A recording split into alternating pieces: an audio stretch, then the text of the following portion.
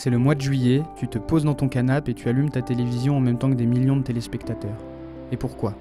Et comme chaque été depuis 1903, un événement spectaculaire a lieu, le Tour de France.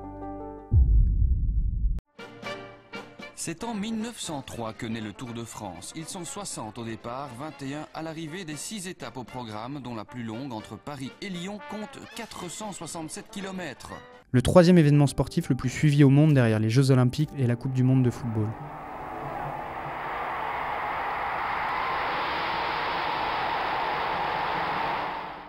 Comme toi peut-être, tous les adeptes de cet événement vibrent en même temps au rythme des sprints, des cols et des échappées. Mais au-delà du plaisir éprouvé à regarder ce véritable spectacle, sais-tu comment le Tour de France est né ? Et surtout, connais-tu les scandales liés au dopage qui accompagnent cette légende du sport ? Des origines du Tour de France aux tours les plus récents et l'impact qu'ils ont sur les nouvelles stars du Tour comme Tadej Pogačar.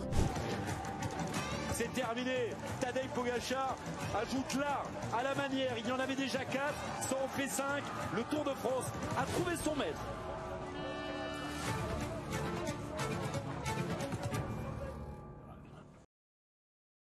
Aujourd'hui, sur Explicit Media, nous revenons sur l'incroyable histoire d'un monument du cyclisme devenu un véritable phénomène mondial, le Tour de France. Alors installe-toi confortablement, on te fait entrer dans les coulisses de cet événement spectaculaire.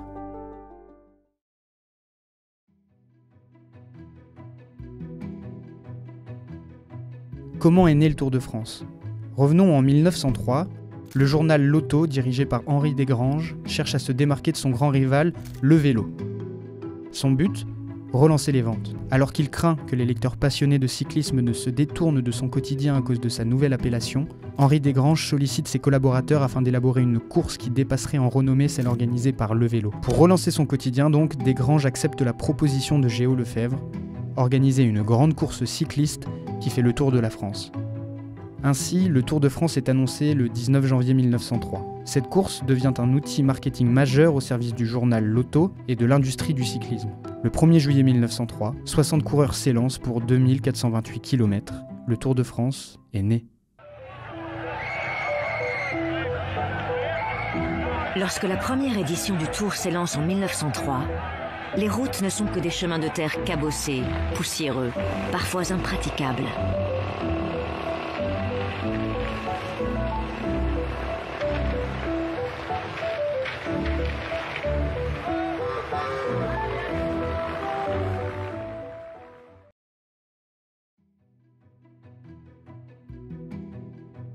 Malgré un public peu nombreux le long du parcours, l'arrivée à Paris est un triomphe, avec Maurice Garin comme vainqueur. Le succès est immense pour Lotto, dont les ventes explosent, atteignant jusqu'à 135 000 exemplaires, ce qui est énorme. Lotto pulvérise ses records de vente, et les Français se pressent sur le bord des routes pour acclamer ceux que l'histoire surnommera bientôt les géants. Le monde sportif s'enthousiasme pour cette nouvelle épreuve saluée par la presse, même la presse concurrente. En 1904, le Tour revient mais fait face à des débordements, des tricheries, agressions et sabotages liés au chauvinisme régional. Ces tensions vont à l'encontre du message d'unité nationale du Tour. Et finalement, les 4 premiers sont déclassés, Henri Cornet devient vainqueur. Et Desgranges envisage d'arrêter l'épreuve, déclarant que le Tour est mort de son succès. En 1905, 2 ans après la fondation, Henri Desgranges relance le Tour avec un nouveau règlement cette fois-ci, des étapes plus courtes, la suppression des courses de nuit et le classement par points pour éviter les tricheries. Sous l'impulsion d'Alphonse Steinès, le Tour s'étend aux frontières, devenant un symbole d'unité nationale et de revanche sur l'Allemagne, notamment avec le passage en Alsace-Lorraine. Avec l'Alsace et la Lorraine dans son tracé, le Tour de France est complet. Très vite, le Tour devient un défi surhumain. En 1913, 10 ans après la fondation, Eugène Christophe casse sa fourche au sommet du Tourmalet et la répare lui-même à la forge. En 1910, 3 ans avant, les coureurs franchissent pour la première fois les Pyrénées, puis le mythique Galibier. Des étapes de plus de 400 km. Le Tour de France constitue dès le départ donc une véritable épopée.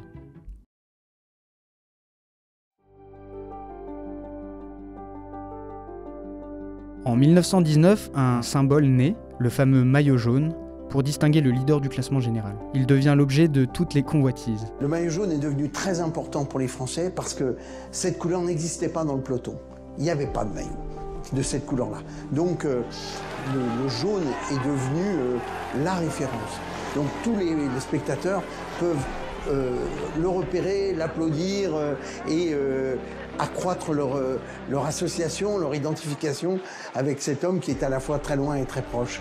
C'est le repère. On cherche le maillot jaune. Tout le monde veut voir le maillot jaune. Et donc, on le cherche, on scrute, on regarde où c'est qu'il est, comment il est, qu'est-ce qu'il fait, est-ce qu'il est seul. Là, le maillot jaune, mais c'est le marqueur du Tour de France.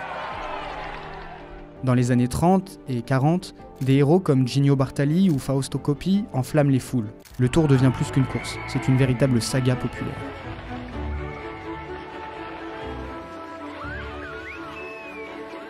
Grâce à la radio, puis à la télé, le Tour entre dans tous les foyers. On suit les exploits de Louison Bobet. Louison Bobet est un cas emblématique. Vainqueur du Tour en 1953, 54 et 55, l'homme domine son sujet.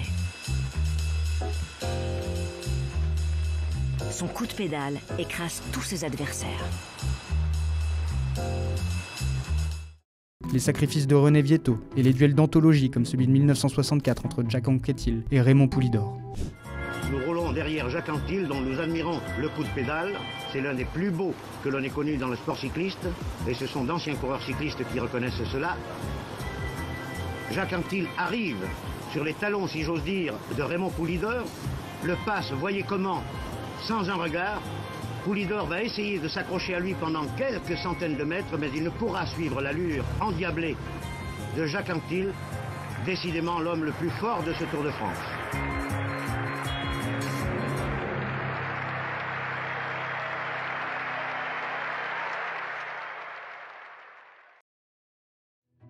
Puis, dans les années 80, le Tour s'internationalise. Des Américains, Colombiens, puis des coureurs venus de l'Est brillent dans la grande boucle. Mais derrière les exploits, l'ombre du dopage plane. L'affaire Festina, en 1998, choque l'opinion. Quelques jours seulement du départ du Tour de France 1998, l'affaire Festina explose.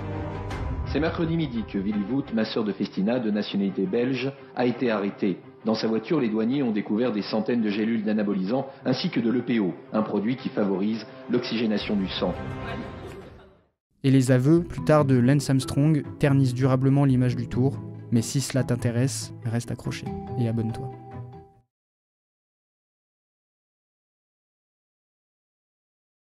Donc pour en venir au dopage, cette fois, il faut savoir que le Tour dure 3 semaines, avec des étapes d'environ 200 km, des cols en haute montagne et peu de repos. C'est l'une des compétitions les plus épuisantes au monde. Les participants nous fascinent, c'est vrai, et on prend du plaisir à voir que malgré l'effort physique et psychologique presque surhumain, leur force de volonté et leur persévérance les poussent à continuer jusqu'à la ligne d'arrivée. Mais alors, que se passe-t-il quand on se rend compte qu'en réalité, les vainqueurs qu'on admirait tant se dopent en cachette ? À ce moment-là, rien de surprenant, c'est le scandale absolu. Et le Tour de France les a beaucoup connus. En effet, le dopage est un véritable sujet chaque année, et on en a tous déjà entendu parler, c'est évident. S'il a considérablement diminué, a-t-il vraiment complètement disparu ?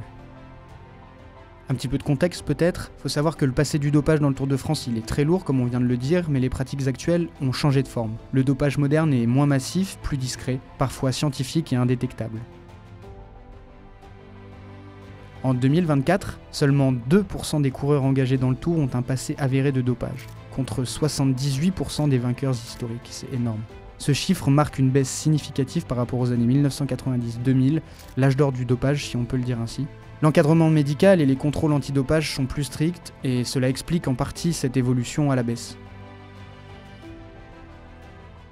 Mais alors, quelles techniques de dopage sont utilisées dans le cyclisme de haute compétition ? Alors, plusieurs substances ou techniques sont peu connues du grand public, mais utilisées à la marge ou suspectées aujourd'hui. On va vous faire une petite liste. On trouve par exemple le GAS6, une protéine rare étudiée en laboratoire. Elle pourrait agir sur la régulation des globules rouges comme l'EPO, l'érythropoïétine. Elle est peu détectable et pas encore sur la liste des interdits de l'Agence médicale antidopage. On trouve également l'utilisation des microdoses. Une utilisation ultra précise de substances interdites comme l'érythroprotéine, donc l'EPO, qui stimule la production de globules rouges, améliorant ainsi l'oxygénation des muscles et l'endurance. Ou la testostérone, à des doses très faibles. Elles disparaissent en quelques heures, donc passent sous les radars. Ensuite, certains cyclistes recourent aux autotransfusions. Donc en gros, le coureur stocke son propre sang durant l'intersaison, puis se l'injecte pendant le tour. Cette méthode, elle augmente la capacité d'oxygénation sans substance externe, donc cela est très difficile à prouver. On peut également trouver la molécule AICAR, une molécule qui augmente l'endurance en stimulant la production d'énergie dans les cellules, ou encore enfin les hormones thyroïdiennes, qui boostent le métabolisme et la récupération. Il faut savoir aussi que le dopage ne se limite plus aux substances interdites. Le dopage technologique, comme on l'appelle, bien que moins médiatisé, fait aussi l'objet d'une surveillance accrue durant le Tour. Les vélos peuvent faire l'objet de contrôles destinés à détecter la présence de moteurs cachés ou de systèmes de transmission illégaux. Une petite précision, les équipes n'ont d'ailleurs pas le droit d'utiliser des technologies de communication avancées comme les oreillettes sans fil pour échanger avec leurs coureurs pendant la course. Mais alors, face à toutes ces techniques, quelles mesures sont prises pour faire face aux problèmes ? Malgré ces épisodes sombres, le cyclisme professionnel continue et accroît même, pourrait-on dire, sa lutte contre le dopage dans un souci d'équité entre les participants pour des considérations également de notoriété vis-à-vis du grand public. Le Tour de France est encadré par les règlements de l'Union cycliste internationale et de la Fédération française de cyclisme en matière de lutte antidopage. Tous les coureurs peuvent être contrôlés à tout moment, le matin, le soir, dans leur hôtel. Les organisateurs ont prévu des installations dédiées près de chaque ligne d'arrivée afin de réaliser ces contrôles dans des conditions optimales. Les échantillons sont ensuite acheminés rapidement vers des laboratoires agréés en région pour accélérer le processus et permettre une communication rapide des résultats. L'indépendance de l'ITA, donc l'Union cycliste internationale, garantit la crédibilité des contrôles. Un coureur contrôlé positif perd non seulement ses gains, mais subit aussi une exposition médiatique massive, une shitstorm en bon français. Il est également possible de signaler anonymement tout soupçon de dopage via la plateforme Reveal, mise en place par l'ITA. Ces signalements peuvent ensuite donner lieu à une enquête plus approfondie. Maintenant qu'on sait à peu près comment le contrôle se passe, sont structurés et sont de plus en plus, j'allais dire, rigoureux, revenons quand même sur les plus gros scandales qui ont entaché fortement l'histoire de ce sport, et en particulier l'histoire du Tour de France, qui reste marquée par de nombreux scandales qu'on connaît tous aujourd'hui. En 1967, le cycliste Tom Simpson, le premier Britannique à avoir porté le maillot jaune au Tour de France, décède après avoir consommé amphétamine et alcool pendant une étape. Ensuite donc, l'ancien cycliste belge Michel Pollentier est le premier maillot jaune à être pris en flagrant délit de fraude sur le Tour de France 78. Vainqueur à la fameuse étape de l'Alpe d'Huez, il est sur le point d'enfiler ce maillot jaune, mais il est alors disqualifié quand la poire d'urine propre qu'il cache sous son aisselle lors du contrôle antidopage est découverte. Il n'avait pas froid aux yeux, c'est le moins qu'on puisse dire. Revenons ensuite sur une étape assez connue, qui est l'une des plus connues d'ailleurs, l'affaire Festina, elle, qui éclate en 98, lorsque le soigneur de l'équipe, Willy Vogt, est arrêté avec des produits dopants, révélant un dopage organisé au sein de l'équipe. Cette découverte entraîne l'exclusion de Festina du Tour de France et met en lumière l'ampleur du dopage dans le cyclisme professionnel. Si on veut un taquet dans la gueule, on me mettre un micro dans la gueule. Et je remercie le public qui a été qui nous a énormément soutenus et qui va encore nous soutenir. Et je donne rendez-vous à l'année prochaine. Le scandale provoque une prise de conscience mondiale, menant à des réformes majeures et à la création de l'Agence mondiale antidopage. Enfin, une des dernières histoires profondément marquantes de par son ampleur, c'est l'histoire de Lance Armstrong, surnommé le Boss, qui est célèbre pour avoir remporté 7 Tours de France consécutifs de 1999 à 2005, ce qui constituait le record absolu dans cette épreuve. Il est finalement reconnu coupable de dopage, après plusieurs preuves de contrôle positif à l'EPO, dont on a parlé plus tôt dans cette vidéo, durant sa carrière. Il est finalement déchu de ses titres et il est même radié à vie par l'USADA, l'agence américaine antidopage, en août 2012. C'est la descente aux enfers qui commence. Aujourd'hui, bien que les contrôles antidopage se soient modernisés, les coureurs malins restent souvent hors de portée. Les dispositifs de mesure comme les capteurs SRM permettent de connaître les watts produits, mais pas de prouver une fraude. Le dopage est moins massif que dans les années Armstrong ou Festina, mais plus médicalisé, plus discret et scientifiquement avancé. Les doutes persistent aussi, c'est vrai, car certaines performances dépassent encore ce qu'on pense possible sans aide pharmacologique. Même si le dopage a considérablement diminué dans le Tour de France, aujourd'hui les fantômes du passé continuent à hanter les coureurs et les meilleurs d'autant plus. Or, cela impacte considérablement leur image et celle du Tour. Tadej Pogačar en est aujourd'hui la principale victime. Il fait face aux interminables suspicions de triche et l'ogre slovène semble peu à peu se dégoûter de son sport de prédilection. Attention, si tu ne connais pas bien cette histoire autour de Tadej, penche-toi avec nous davantage sur ce cycliste au record hors du commun. Je sais pas la vitesse, mais... Oh là là. 1 mètre de perdu, 2 mètres. Tadej qui tape une première fois du point sur la table de cette 111e édition.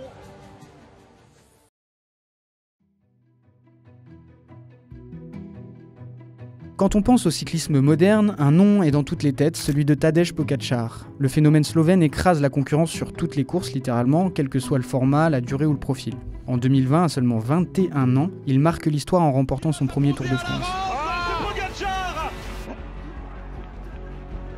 Et pas seulement, il devient le premier coureur à endosser le maillot jaune, le maillot à pois et le maillot blanc la même année. Aucun coureur auparavant à son âge n'avait remporté la Grande Boucle depuis Henri Cornet en 1904, un an après la création du Tour de France. Aujourd'hui, son palmarès donne le vertige. 4 Tours de France, un Giro et surtout un titre de champion du monde en 2024 au terme d'un triplé historique, le Giro, le Tour et les mondiaux. Une performance rare dans toute l'histoire du cyclisme. Pour bien saisir l'ampleur de ce qu'il accomplit, il faut comprendre que les coureurs sont en général spécialisés. Les sprinteurs brillent sur les étapes plates, les grimpeurs sur les cols, les rouleurs sur le contre-la-montre et les vainqueurs de grands tours brillent rarement sur les courses d'un jour. Or, Pogačar, lui, gagne partout en culminant à ce jour 9 monuments, ces classiques mythiques que les plus grands n'ont parfois jamais remportés. Un seul homme a réussi à briser son règne un temps, le Danois Jonas Vingegaard, qui l'a battu 2 années de suite sur le Tour. Un rival redoutable donc, mais qui a dû mobiliser une équipe redoutable, des mois de préparation millimétrés et un budget colossal pour espérer faire vaciller le Slovène. Nouvelle attaque de Jonas Vingegaard, Tadej Pogačar, attaqué de toutes parts par les Jumbo-Visma, par le duo Roglic-Vingegaard. Pour l'instant, il répond à tout. Contrairement à son dauphin danois, Pogačar ne concentre pas sa saison uniquement sur le Tour de France, là où Jonas ne participe pas aux monuments ou aux autres grands tours. Mais quand on parle de légendes dans le cyclisme, comme ce Slovène, les fantômes du passé ne sont jamais bien loin. À chaque génération surgissent des champions hors normes, et avec eux les souvenirs amers d'une époque marquée par le dopage. Et les conséquences de ce passé sont immédiates. Dès ses premiers exploits, Tadej a suscité l'admiration autant que les soupçons. Et sa domination hégémonique à seulement 26 ans interroge. Les comparaisons troublantes s'accumulent, tant avec Marco Pantani qu'avec Lance Armstrong. Et pour alimenter les soupçons, le nom de Mauro Gianetti fait tache sur le maillot jaune. Directeur de l'équipe UAE Team Emirates, l'équipe de Tadej, Gianetti traîne derrière lui un passé trouble. Ancien coureur, il avait été hospitalisé en 98 dans un état critique, soupçonné d'avoir utilisé des produits sanguins expérimentaux et interdits. Quelques années plus tard, devenu directeur sportif chez Saunier Duval, il se retrouve au cœur d'un des plus gros scandales du Tour 2008, lorsque plusieurs de ses coureurs, dont Ricardo Rico, sont contrôlés positifs à l'EPE de nouvelle génération. Aucun lien direct n'a été établi avec les pratiques actuelles, mais cela entretient la controverse autour de l'entourage du champion slovène. Après avoir remporté 4 étapes sur la première moitié du Tour 2025, Pogačar a soudainement adopté un style beaucoup plus mesuré. Plus aucune attaque tranchante, aucune chasse à l'étape, seulement la gestion froide du maillot jaune. Quelques jours plus tard, il annule sa participation à la Vuelta, en Espagne, pourtant prévue au programme initial. Officiellement, son équipe parle de fatigue physique et mentale après une saison surchargée entre Paris-Roubaix, Giro, Tour et objectifs mondiaux. Mais en coulisses, une autre lecture émerge. Et si Pogačar en avait simplement assez d'être soupçonné à chaque performance? En conférence de presse, un journaliste lui demande si la raison de son attitude sur la grande boucle vis-à-vis de la gagne est due à la fatigue ou à l'ennui, comme si ne pas écraser la course devenait suspect tout autant que de la dominer. Ce paradoxe l'aurait poussé à lever le pied volontairement pour montrer que même quand il en garde sous la pédale, le public reste frustré et que quoi qu'il fasse, le soupçon ne le quitte pas. Son refus de gagner serait une manière silencieuse de répondre aux accusations, non pas par un discours, mais par une absence. Alors que le débat enfle, il faut garder une chose en tête. Le dopage de Pogačar n'est pas une impossibilité, mais aucune preuve concrète ne permet aujourd'hui de l'affirmer. Le risque, à force de soupçons sans fondement, c'est de détruire injustement la réputation d'un immense champion, peut-être l'un des plus grands que ce sport ait jamais connu, et que nous avons la chance de voir courir. Dans d'autres disciplines, des athlètes comme Djokovic, Kilian Jornet ou encore Usain Bolt pulvérisent les records, marquent leur époque sans que la suspicion soit aussi systématique. La domination de l'ogre slovène peut pourtant s'expliquer par d'autres facteurs. Une génétique hors du commun, un programme poussé, des moyens historiquement jamais observés et des vélos toujours plus optimisés. Pourquoi le cyclisme, plus qu'ailleurs, refuserait-il qu'un talent hors norme puisse exister sans tricher? Peut-être que l'héritage du passé obscur du peloton rend la confiance difficile, c'est vrai. Mais il serait dramatique que ce passé nous empêche de reconnaître à sa juste valeur un présent exceptionnel. Et bientôt, de nouveaux récits inspirants racontés avec passion sur Explicit Media. Abonne-toi, partage, active la cloche, c'est effectivement le plus explicite pour les algorithmes. À la semaine prochaine.